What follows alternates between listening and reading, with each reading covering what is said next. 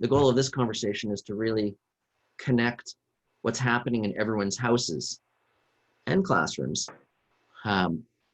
with this vision, this global movement to an internet of education. And I think it's going to be good for us to really ground the work very much in the reality of the fall and make some new connections.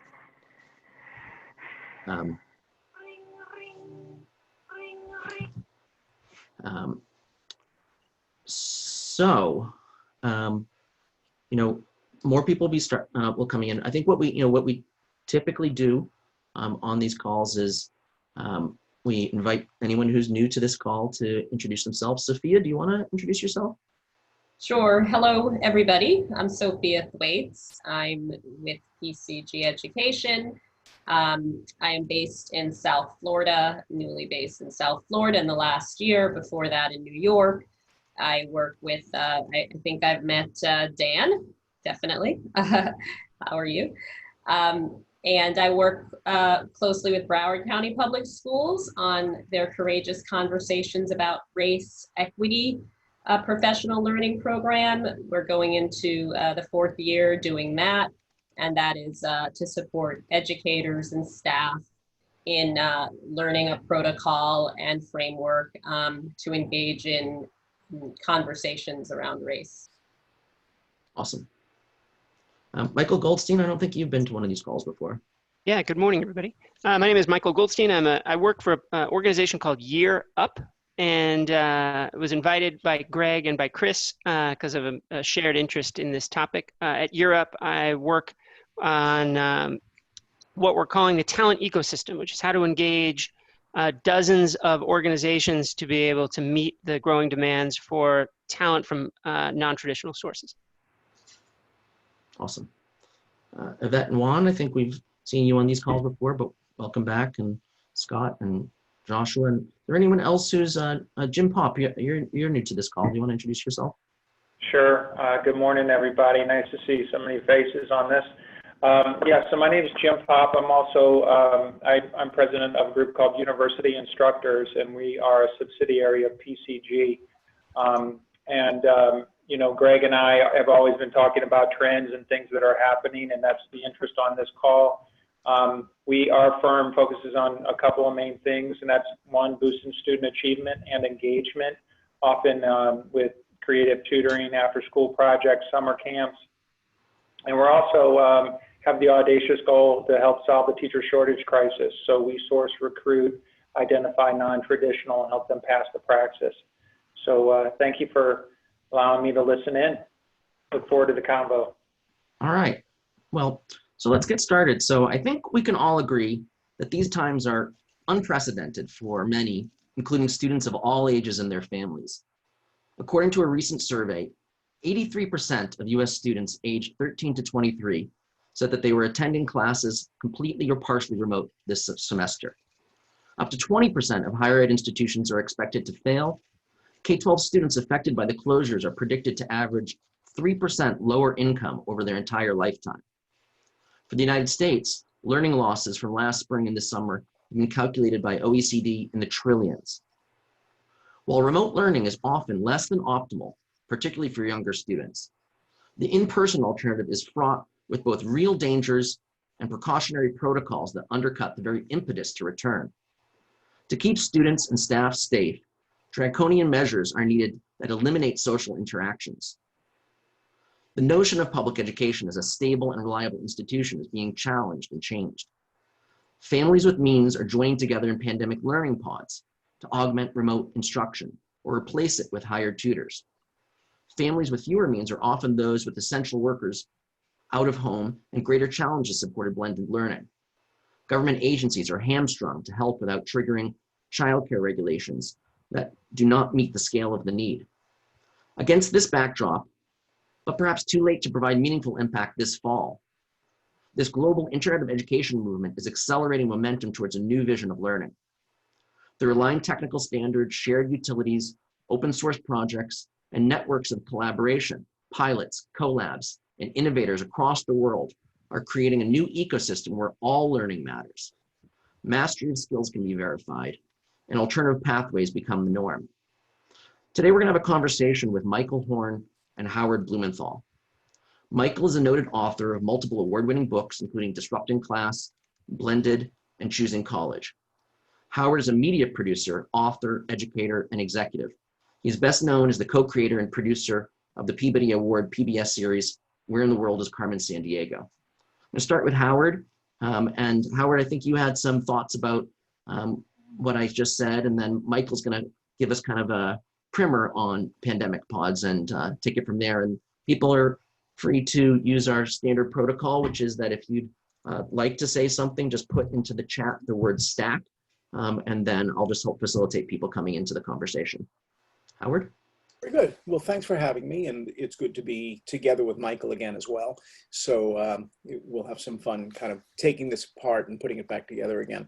So I'm focused, I'm a senior scholar at the University of Pennsylvania, and my focus has been growing up in the 21st century, which includes learning and a close look at all of the different things that are affecting the ways that kids grow up, learn, and how adults respond to that. I've been all over the world interviewing kids in different places for a project I call Kids on Earth. We have almost 1,000 videos now of interviews with kids from Bulgaria, Kentucky, north of Liverpool, on from there. And what I found is that the difference between what the kids are saying about what they want, what they need, and where they hope things are going is very different from what the schools do. So sort of wondering, why is this, and as a something of a newcomer here, because my background is in creating media, not in studying the theory of education, I started asking the kids because it seemed like a reasonable thing to do. And then I started asking the teachers. And then I wandered into this, well, all right, I guess I'm not traveling for a bit. And that allowed me to start looking much more closely at education and learning and school and what they're about. So I came up with doing a Zoom web series of my own every week, every Thursday, called Reinventing School. So I've had people from every possible area. Later this afternoon, we're going to talk about testing, evaluation, and assessment, for example. And every week is sort of a really close view with several experts. So here's what I'm finding. I don't think the question is how. I think the question is what. Let me be specific. I don't think we're teaching the right things. There's a Facebook meme I remember seeing where it's like, well, what did we do to respond to this pandemic? And everybody holds up toilet paper. And I think we're doing the same thing now. So what are we learning? What are we studying? What do we think it's really important for kids to know and understand, for students across the board, in the midst of a pandemic and economic catastrophe and horrible climate change? Algebra? Really? So I can make a case for, yeah, everybody should be familiar with that, but why is climate change not part of the weekly or daily curriculum? Why are we not studying public health as a priority? How many more people do we need to see die or not wear masks or, whatever? So I've started looking at the whole curriculum, and what I've discovered is that it's very standard from country to country. Math, science, second language, some social studies, not quite as much. And I started thinking, well, if I were to make a list of what ought to be taught, the place I would begin is probably my body, because everyone has one. You can relate to it. You've been familiar with it since you're very small, even before. So what do you need to know? Well, I need to know it grows. That'd be a good thing to tell a kid. And there are ways that you can have it grow in ways that are healthy. So what does that mean? Well, your body, you use food, you use exercise. Well, what do? Well, as a kindergartner, you can learn some of that, but as a 10th or 11th grader, your knowledge and understanding and ability to be able to do something with information are much greater. We're looking at half of American kids being obese before 2050. We're doing this wrong. We need to be thinking about how to do it right. And along the way, realistically, only about 1 in 3 students in the United States is capable of doing distance learning. When you factor in broadband, fast broadband, not just broadband, but also questions about devices and quiet places and ability to be able to follow through with diligence and, and proper support. So if 2 and 3 students can't do that, yeah, we can make the numbers better. Maybe we can get to half. It's still half. And when you look around the world, you realize that the connectivity is not anywhere near where it needs to be in many, many places. So my focus is really, what are we learning? Because you can teach about the body without the internet, turns out. You can teach about the mind. You can teach about countries. I think every country in the world ought to be taught as part of curriculum for every kid. There aren't that many of them. We can do 5 or 6 every year so that when somebody says Botswana, at least there's an understanding of what that is and whether it's an animal or a place. We don't have that yet. We have a lot of work to do, and now is a very good time to begin doing it. But we need to begin with the what, not the how. All right.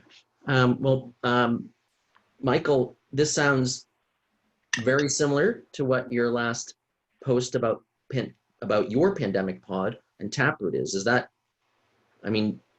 where you're starting with your kids and your pod, is with their bodies and their development? And where do you start this? Yeah, no, it's a great question. And first, thanks for having me on the conversation, and always good to be with Howard. I love the way you frame things and provoke us to think. From our perspective, it isn't that dissimilar. We stepped back and said, out of this next year, what do we really want to make sure our children grow and can know how to do by the end of it? I think healthy living and starting with a sound body and not just sort of, from our perspective, it's not just about fighting obesity, but actually living a life of wellness and healthfulness, so that you can do all these great, amazing things. And then the connection with body and mind, right? And so the pod that we've created with 3 other families, kids start outside, not at our house, every single day. They're out on the playground, going to farms, running around, being healthy. They come back, they get a snack, and then they're out in our backyard. Our entire year is going to be outside, even in New England. We're figuring out how to do that right now. It's probably going to involve a greenhouse at some point, but we're making sure that that is a central part of it. By the same token, then we're asking, what are the real foundational skills and so forth that we want our kids to leave this year with? And as we've thought about that, we're somewhat lucky. Our children are already reading. They're doing a lot of math that is, they're fine in those areas. And so we really want them to be developing executive function skills. We want them to be developing social emotional skills, how they relate to other children, and making sure that that's a real foundation. It's personalized for our context and what our children need. And we want them to be able to tackle interesting projects that allow them to ask big questions about the world, and then pull in the knowledge. And I want to just be very firm on this. Like, knowledge is still incredibly important to learn, but it should be in the service of something. It makes it more useful. It's how you develop habits of success and character skills that are so critical to future life success. And really that blend of all these things and figuring out what's the symphony and how does it mix together is what we're really interested in as we've developed this program. And I'll tell you, some of the kids in this program, they're in a different part. Like, learning to read is going to be core to their experience. And that's great. We're setting up a pod or a micro school that can personalize for those different needs based on where children are and based on what they need in their own development. And it's not going to be uniform for every single student. And at the same point, it should foster some sense of community, which is the opportunity and balancing that we're doing right now of trying to make sure that you strike that right balance. I'll just say, Greg, I was thrilled yesterday because I snuck a peek around lunchtime outside the window. And couple days earlier, one of my kids had been complaining that the works that were out were not yet advanced enough or interesting enough, or I can't remember her language, for her. And I said, I was talking with her, sometimes the real work is going to be getting to teach another child how to do something that they haven't done before and learning how to relate and figure that out. And so I came down and I saw her working with another child who's older than her, helping her do something. And I thought, exactly, that, like, if you learn how to do that through this year, this will be an absolute soaring success from our perspective. And I also want to say, like, we're in a very particular context. And that's what I think is also needed, is you really need to be able to personalize and understand these different contexts and circumstances and background knowledge that children do or don't have, and be able to go from there. So Dan Gold, I don't know if you're ready to jump in on this. You know, I know you have the same values, but you've got this job, which is do that for 280,000 kids. Right. So, yeah, so there's questions of scale here, but I think the approach of working from our learners to scale is the correct one, and one that the educational enterprise all too often forgets in its regulatory and accountability emphasis. The efforts at reform and improvement have been about what to do to students, rather than trying to figure out how to embrace what the students are bringing forward. And the pod approaches, the curricular emphasis, the ontological definitions of what and how we are to organize the time we have with kids, because that's really the only commodity that we can't exercise flexibility about, right? And kids want to understand themselves and how they fit in with others. And I dropped into the chat a remark about the body of the immediate community, about being the other piece of this. Who am I and how do I fit in? We're going to have to challenge lots of the constraints that prevent schools from operating with the kinds of innovations which are being displayed here. But we also have to claim the freedoms that we do have. The approaches that are being advocated here can certainly be addressed within the incredibly regulated environment of the decentralized United States system, but it also works within national curriculum across the world. And I think as we talk about building the scale of the internet of education, where each learner is a node and each point of potential learning is also a node, we need to look at what is being exchanged and how people are spending time and when they can connect and disconnect from that in order to have a comprehensively positively developmental growth experience during the learning years, so that people graduate from formal schooling as permanent learners. well, Dan, take it back to Michael and, talk about relationship mapping in Broward, right? I mean, what advice are you giving to these 280,000 kids? What data are you collecting? Do you have a sense of what portion of these kids are isolated? How many? So we've begun gathering that kind of information, because traditionally what we gather is achievement data. Right. Forms of measurement and scales, whether it's 0 to 100% scale or some kind of rubric of A through F.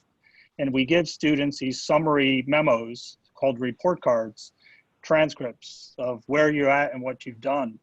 But what we have done a terrible job of capturing is what their developmental experiences have been, and whether or not they have a good portfolio that has exposed them to develop their ways of thinking, be it in mathematics or language arts, those kinds of formal things, but also artistic expression, the ability to get along with others. And there's certainly been a lot of development about social emotional learning, but we are just now beginning to capture that in a data form to begin identifying experience deserts.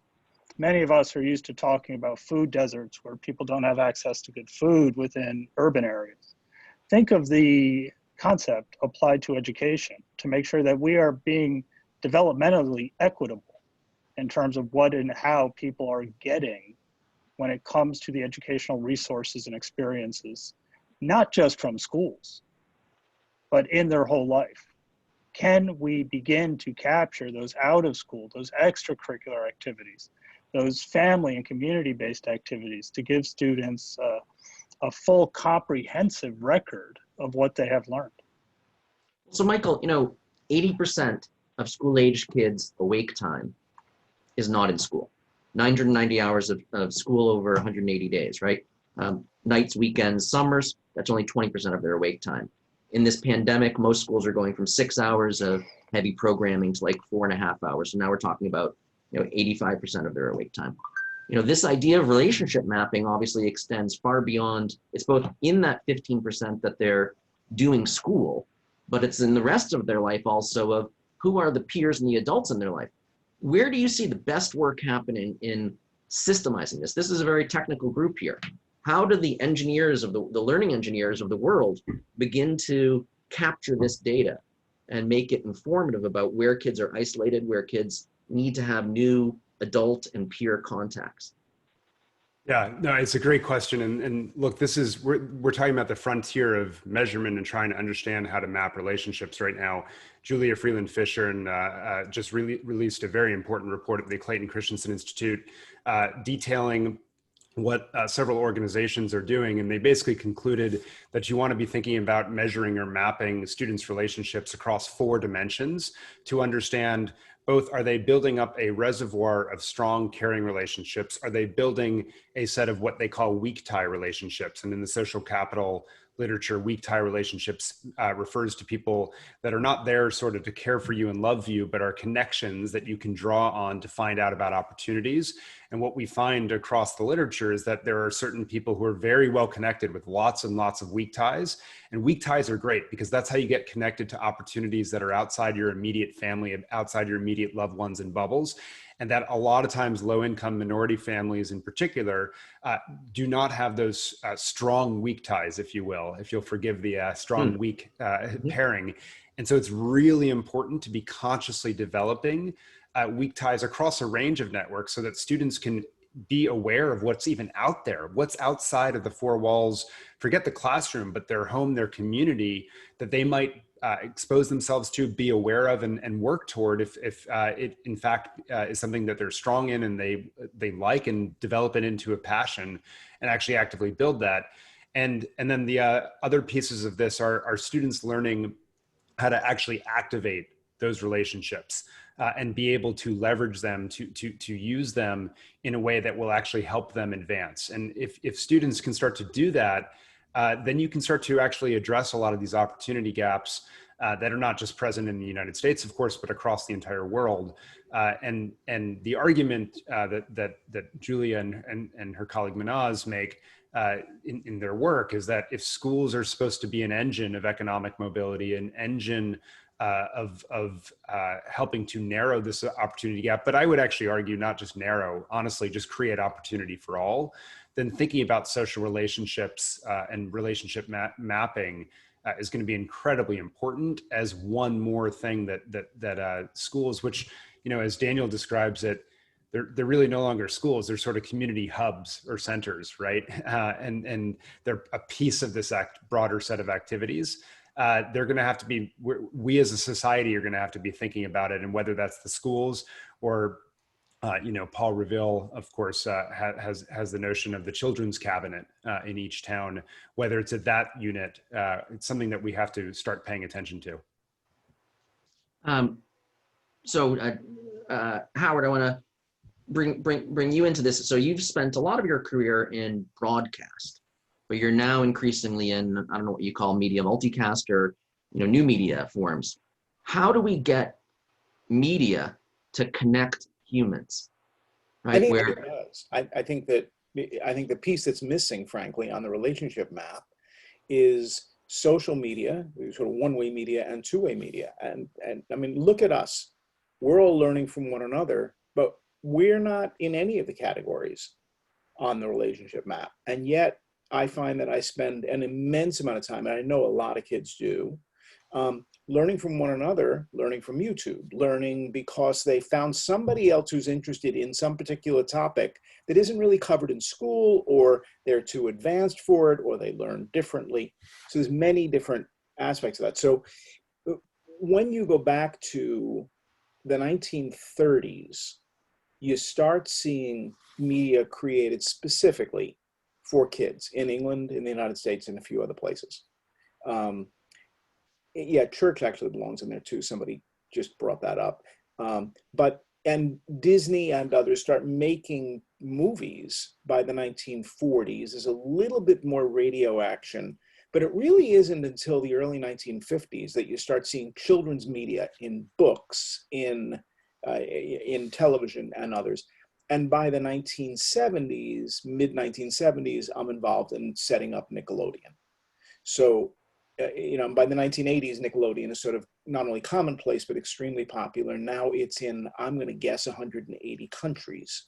So there's very few kids who I talk to who don't interact with Nickelodeon in some way, which may be online, it may be television, it may be characters, it may be merchandise. There's a lot of different ways to access it. Sesame Street figured out a lot of that, and they're also in an enormous number of countries. So there's a commonality here that we can't ignore because, well, kids probably spend more time with media than they do with school.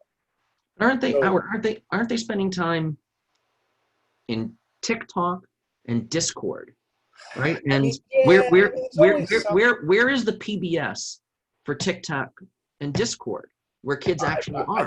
I think that if you're over 9 years old, PBS doesn't care much about you anyway. So I don't think PBS is a player except in the earliest grades. But Okay. PBS is also a U.S. institution. So they're only a small portion of the world. Okay. I think the real question is BBC's kids' activities and kids' activities in other places that make it onto the internet and are much more broadly used than the PBS material is.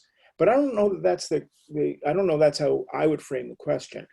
What I would look at is, what are all the different ways that kids take in media, whether it's one-way media, two-way media, interactive with people, interactive with devices? Because all of that collectively ends up being the basis for distance learning. It ends up being the basis for inline evaluation. It ends up being the basis for branching out when you've watched an online lesson, but you don't quite get it, or you want some support, or you want some more. I think you have to look at where media and machine learning intersect. And I think the standards work you guys are doing is probably on very much that track. The idea that, and remember, kids are doing that whether they're in a school building or not, whether they're involved in the nonsense of homework or not.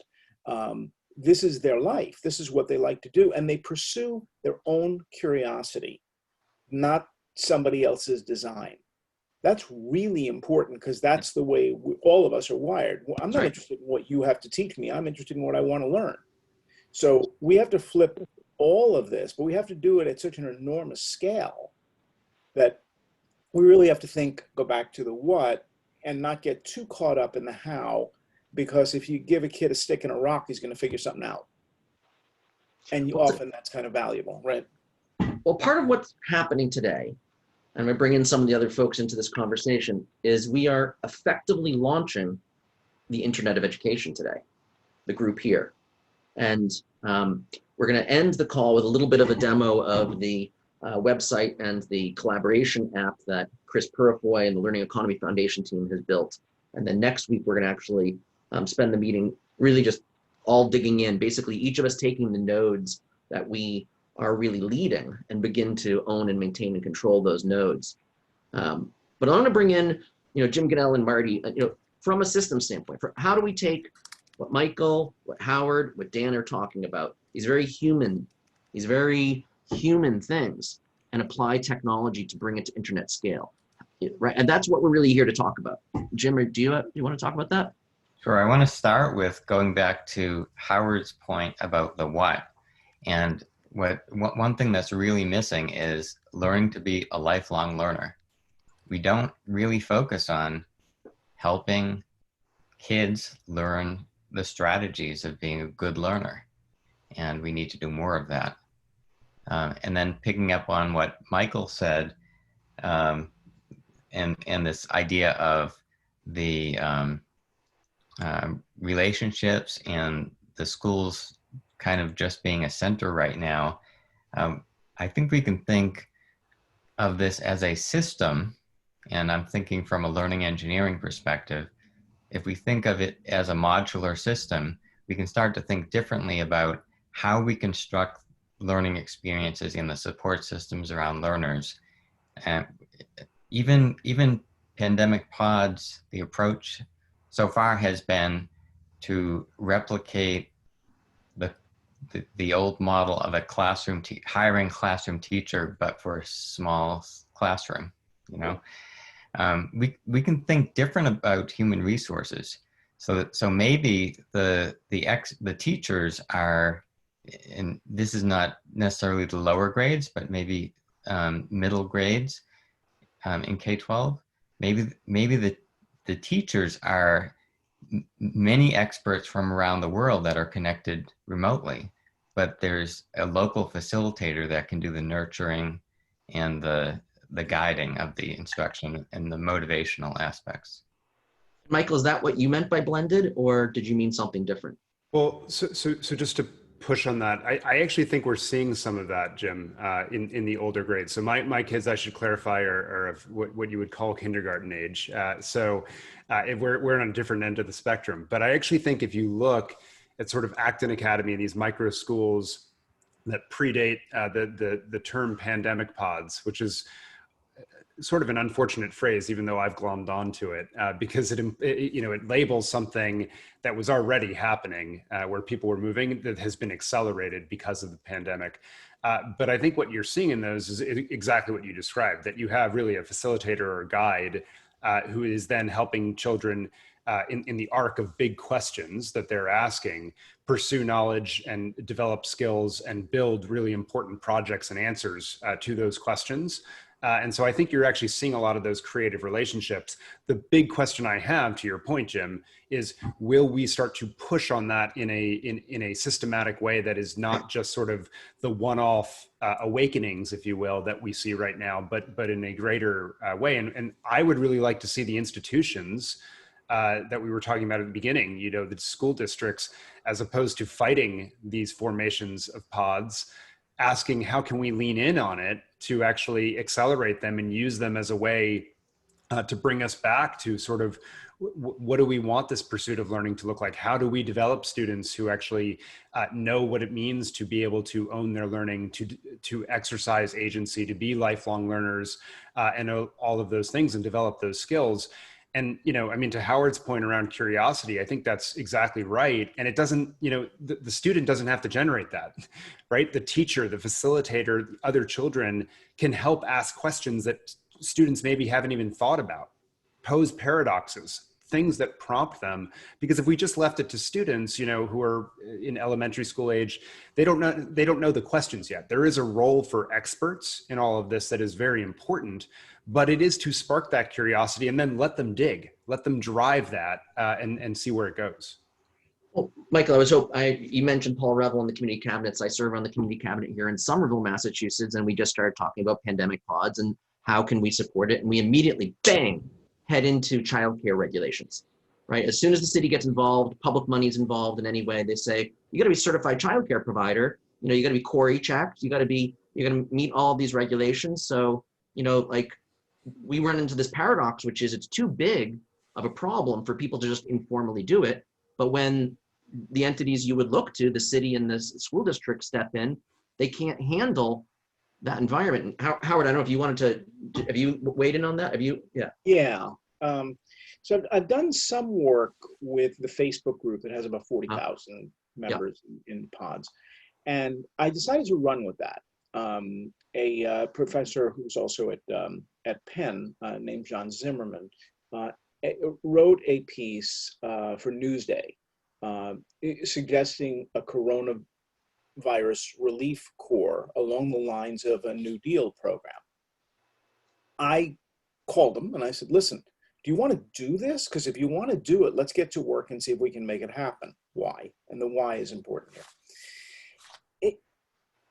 Pods are difficult to put together. They're difficult to manage. But most important, you need good people at the center of it. Every parent is not a teacher. We need to train those people. We can't train enough people fast enough to be able to do the job. But what we can do is help mentors to get there, and then supply those mentors to approved pods. And approved means it's a safe place. We know which kids are in that pod. We know how often they're there. So there's a degree of control done by the school district. We have to, as the American people, we have to fund and we have to provide a very large staff of people to do this. Otherwise, it becomes a wealthier toy, it becomes a neighborhood thing, it's disorganized, it doesn't get where it needs to go. You still need to put a lot of control into the people who are running the pod. You can't possibly supervise all that, and you want 2 deep adults in there. You can't just have one. So there's work to be done, but we began a working group to start figuring that out. What we've found so far is nobody's sure whether this is a Biden next generation transition team thing, or whether it is a whatever money is remaining from the federal programs that went to the states, because some governors still have some discretion there. But this needs to be done. It needs to be done really quickly because we're putting people back in schools. And as we do that, we're going to have a lot of schools closed a month later. And if they can't do distance learning because the numbers don't work and they can't be in the schools, they got nothing. It's our job as citizens to make sure that the majority of people who live here, residents and citizens, have a resource. We're not building that resource yet. I want to build that resource. I welcome help building that resource. We've had enough meetings to suggest it's a really good idea, but I'm not the guy who's going to be able to put together the political capital to be able to make it happen. But I'm still very interested in doing this. Well, so it also, we should be clear, it sets back gender equity in the workplace by a generation, right? All of us, I mean, as much as I'm a huge participant in my kid's life, and it's rare that there is equality fully in childcare. That's what we're seeing that's happening right now. We're seeing that there is a setback in terms of women equity in the workplace because of this. As much as I don't know whether, Michael, that's the case in your house, I don't know whether other people are seeing that. My kids are old enough that it's just not an issue for us now anymore, but I hear so many women talking about the childcare responsibilities falling back more on them than their husbands, even if both of them are working. So I don't know, Michael, if you want to comment, then maybe Juan, I don't know if you want to come in from Europe, see what Simone, what's happening in Europe on this. Michael? Yeah, I mean, I would say, we're trying to balance it, to be honest with you. My wife's an entrepreneur in the food business, and that is shut down at the moment. So she has a little bit more flexibility than I do at the moment, and she's certainly bearing the brunt of being our micro school principal, as I affectionately call her at the moment. But I would say we're in a different situation because of my flexibility as well. Across the country, the statistics have been quite clear, to your point, Greg, that's what we're seeing. I'd love to dig in a little bit more, though, on the regulatory barriers, frankly, that you came up against in Somerville, and because I think Howard's idea is an important one. It's, Howard, you're obviously not the only one to have thought about, this Corona Core and things like that. There are people at Altitude Learning, Swing Education, Scott Galloway even have talked about this concept. I think it's an important one, but it doesn't work if we haven't thought through some of these regulatory barriers in the local areas that you're going to hit up against that are going to create these challenges. I thought the state made an important move when they cleared the way for these pods to be legal effectively. A bunch of people on Twitter, when I posted that, said, oh, this is their clever way of getting them to be registered so that they're actually going to fall back into the bureaucracy, if you will. Given the context of Massachusetts, that's not how I saw it. Greg, you know this landscape better than do I, but that's not how I saw it. I thought it was a step forward from the starting point of how homeschooling works in this state relative to other states. But I'd love to dig into those barriers, because I think if we don't think through those up front, a lot of really smart programs are going to get twisted and turned into something that they weren't intended to be. Well, Juan and Simone, do you guys want to just gonna chime in from Europe? How are these? I was just going to say that one major difference I see between Europe and the US is that in the US,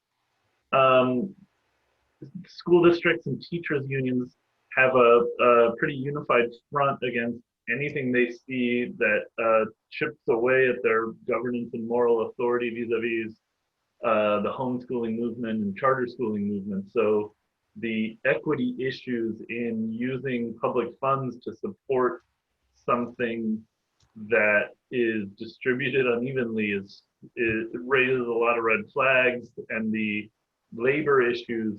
I think Howard mentioned that you can't train a workforce overnight, but if you can get a workforce on board, if you can get people who are already licensed teachers and licensed daycare providers involved en masse, as you know, forgive me for saying the dirty word, Americans hate the word union, but these unions could make or break any effort to make agile or flexible the status quo.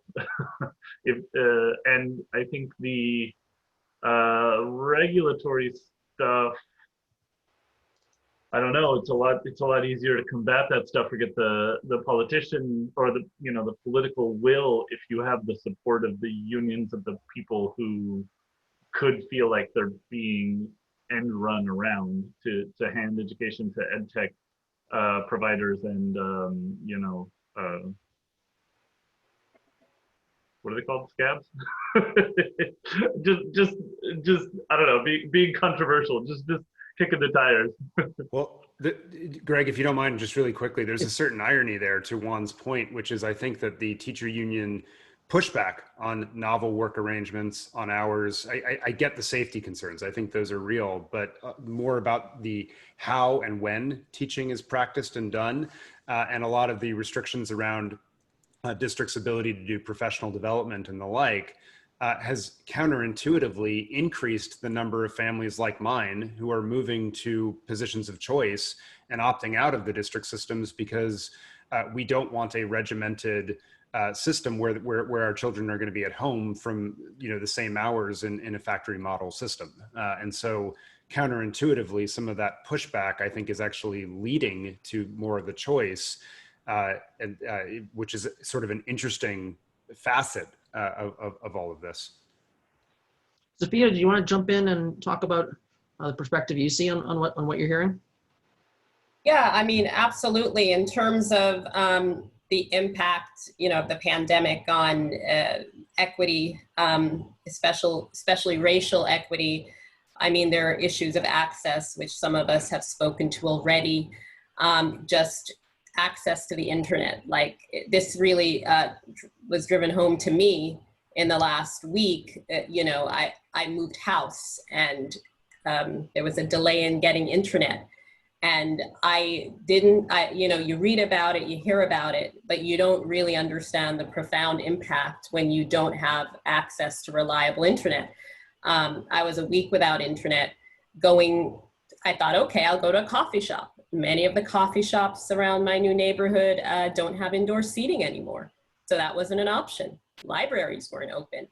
And then, so I went to restaurants. I must have spent hundreds of dollars just sitting, ordering meals. So I felt like I could justify being in that space. And even then, the internet was unstable, not strong. One day, I'm a member of a club near here. I was able to do that, but not everybody has that resource. So access is a huge thing, and it really, it just came very clear to me that I can't imagine what some families are going through. And then I also have 2 kids, but my youngest is 19. They're in college. So I wasn't even trying to juggle and deal with young children, but they also were having challenges. I actually saw recently, in the last week, a BBC video report it was actually on the US, and it featured a family where the local district had buses, Wi-Fi buses, and it was absurd, painful, but necessary. This poor family was in their minivan all day, 6 hours, so they could get Wi-Fi and do remote schooling. It just seemed so terrible, so wrong. At the same time, it was perhaps the only option that was available to them. So that access is definitely one. Also, just having parents at home. I think, Michael, maybe you mentioned that earlier. When you have essential workers, many of those are lower income parents, African Americans, who's at home with your child? How are they supporting? How are they getting the support? You know, professional parents, most of us are at home and we're able to support the child when the internet goes down, needs to be rebooted, if they have a question or they need support on whatever. I mean, I have college age kids and they're asking me questions about how to do this, how to do that. How do I give comments in Microsoft Word? Because the teacher is asking me that. When you don't have parents at home, how are we going to get them those supports, which actually feeds into the relationship web, Greg, you mentioned. And I think different channels, maybe there is somebody who can step in physically or even at certain times, but it might also be that there is that person they can connect with through the web, which kids right now, they're familiar with that. They're on Instagram, and all the Instagram's probably getting outdated for them now, but you know, they're used to using these tools. So especially with their phone, maybe there are ways to give them those supports, virtual supports through the phone, people they can access through a relationship map. And then also just urban spaces is another thing. Many of, especially in terms of racial equity, you know, the majority of African Americans definitely are in big cities. And then again, the pandemic, as we know, there's this flight from Manhattan, New York City, and other urban cities in the wake of the pandemic. Professional parents don't need to be in the city anymore. They feel all clumped in. So I know so many people leaving Manhattan. But you know, that's again an area of equity. Not everybody can leave their homes in cities. So, and then again, any more places are closed down. You know, those of us in Florida, we've got the outdoors. What's going to happen when wintertime comes? Some of the flexibility to go outside, to work in a park or whatever, all of that's going to go in the north. Where people are dealing with the cold, and I think it's going to even get more profoundly difficult for those who don't have means. So those were just some of my thoughts. Well, not if they're hardy 5-year-olds like Michael's twins, right? They're going to be out there in February, tromping around in their boots. Well, my kids used to go around in shorts in the midwinter, so.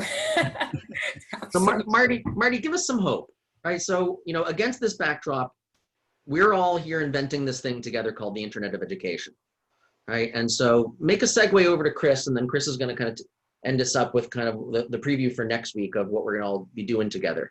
But Marty, why don't you make the segue? So I met a really interesting educator in New York City years ago. Her name is Star Sakenstein, and she wrote a book and talked about how she connected with students in their environment, the way that they wanted to be connected with.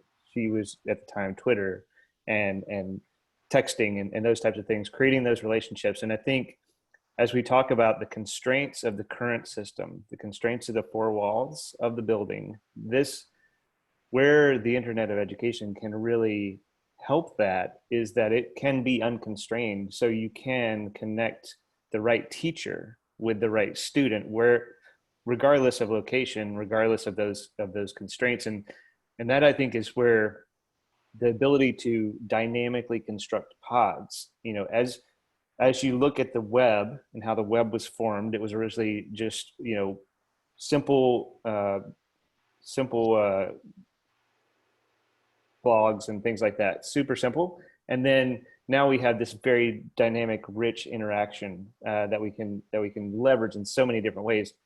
There's an opportunity here to bridge those gaps as well from if we can create a person and allow that person to be connected across multiple media in the same way, connect with the right resource at the right time. And that's where I think all of this kind of intersects into that Internet of Education. Is you have a teacher as a resource, as a guide.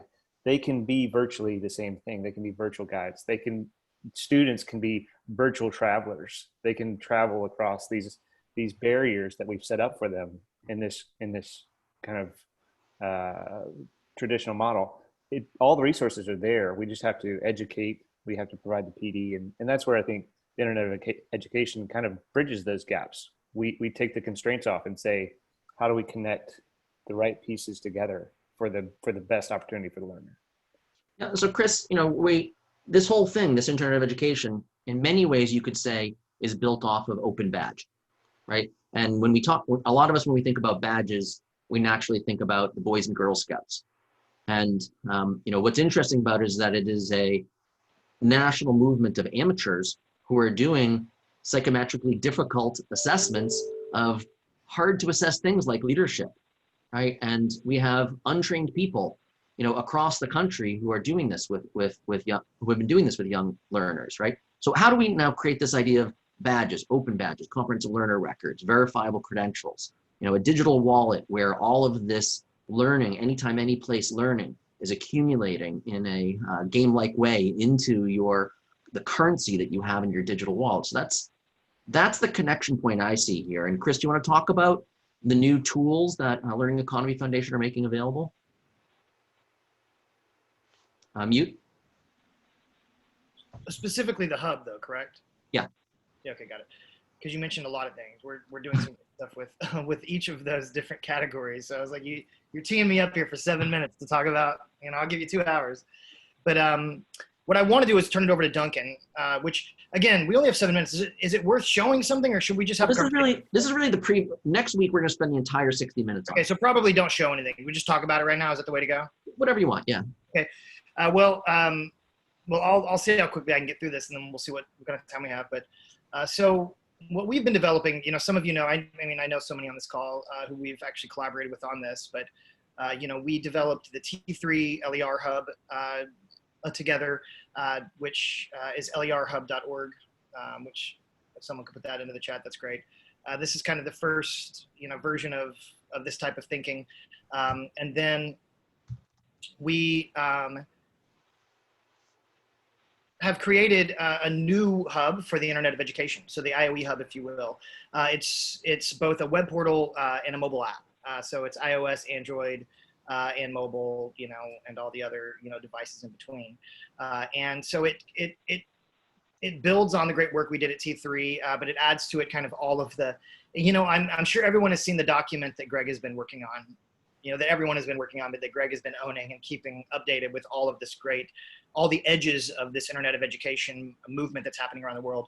What we've done is we've tried our best to take all of that and illustrate it into a hub. So again, it organizes it into, the community and vision aspects, like all the different communities and the members and the, different types of aspects. Yeah, and you may hit, Command plus a couple of times to zoom in. You have a huge screen. Or you could turn it over to Duncan as well. He's keyed up and ready. But yeah, you have, community and vision that gives you kind of, the principles, a space to kind of debate these principles and talk them through. Add new principles you can suggest it at the top, a space for the members to introduce themselves, a space to start telling the stories of, how we can really transform this kind of culture or this of the world with all of this great new infrastructure, community content, et cetera. There's another section for, technical kind of the technical edges of this. So all of the different, you can actually just hit the button in the top left corner. Hold on, sorry. You're right. You've got technical resources and ecosystem and initiatives, and they're different pieces, so we're kind of organizing the open source projects, the shared utilities, the technical standards, the work groups, the collabs, and so on and so forth. And what we've done is, again, this is a first version. Why don't you go into open source project? That's a good place to kind of start and express what we're going to be doing next week. So first of all, let me express that while we have put a lot of time, and I say we, but, I want to, personally, call out Duncan and, Fairlight and our team who have just put endless work into this, going through and trying our best to just, give a first stab at organizing some of the work that's out there, right? We want to be able to find it in a key place here, and start to organize it all and understand the edges of it. Some of the things, actually, if you go to technical standards, you'll see that some of them we have info for. So like go to, supporting materials on one of those. Where we've already, because of some of the work we did with T3 and others, we already have started to create and organize, those resources. But if you go back, in each of these sections, you have a suggest resource, section. And this is a place to come in to crowdsource to start adding different resources. So if you want to click one of those, suggest resources, this is a place to come in. So help us create resources here, right? So, I mean, you can post any kind of content in here. This is docs, this is videos, this is infographics, this is links. And really, this is a space that can be moderated and we can all just collectively start to add content to, and then we will cull through it and kind of organize it and move it over into, supporting materials. And if you go back and click on the top right icon again. If I could just emphasize something here, which is this looks very similar to T3, right? But the difference is that T3, the T3 hub is central editorial, and this is decentralized editorial. So the idea is that, Simone, you're the chair of the IEEE ILR. You put whatever you want in there. We're going to get the people. We're going to get Jerry. Maintain, and you don't need to maintain it in 2 places. You can just have a link here that goes off to some other place where you're doing the conceptual model. Yeah. But this is a very distributed editorial environment. Yeah, let me add to that. So, and while I'm talking, if you'll click the icon on the top and then jump over to ecosystems and just let them get a view of that too. Yeah. So what we're hoping to do next week, we're going to take the whole meeting next week to go through this, right? We'll unpack it. You should receive an onboarding email to actually get in and, sign up and add the app and et cetera, in the next, today or tomorrow, whatever. But next week, what we'll do is we will very explicitly go through each section. And what I would love for us to be able to do is kind of claim the sections, right? That's right. I'd go to work groups, for instance. One of these things where each of us are coming from a different lens, a different vector in this movement. What I'd love for us to be able to do is say, hey, listen, I'm very involved in the, trust over IP ecosystem, right? Like Foundry. So I'm going to come in here, I'm going to suggest resources. And what we will commit to do at Learning Economy Foundation is to help move that curation into the actual information so it has a nice format and it works. And so you don't have to really worry about what it looks like or how it is. This is really just click that suggest resources button, go in there and just start adding content to it, just endless content, whatever, more is better than less, right? We can always go through later and say, well, we want to dial that down. But what we want to do next week is really just invite everyone to come in, to plant their flags, to own their own space. Each of the networks have a space, Velocity has one, T3 has one, Ed 3.0 has one. And this is a space where we can all start to tell our individual stories. We can start to link to our individual repos and the shared services. And we can really, in a decentralized way, hopefully start to build a common resource where we can align better as we kind of move into this next phase. Terrific. So thank you, Chris. Thank you, Michael. Thank you, Howard. Good conversation. Link us into your networks. We'll keep you linked into these networks. The number one principle of the Internet of Education is that there is only one internet. So we all have to get along. So thank you, everyone, and we'll talk with you all soon. Thanks. Okay. Bye, everyone.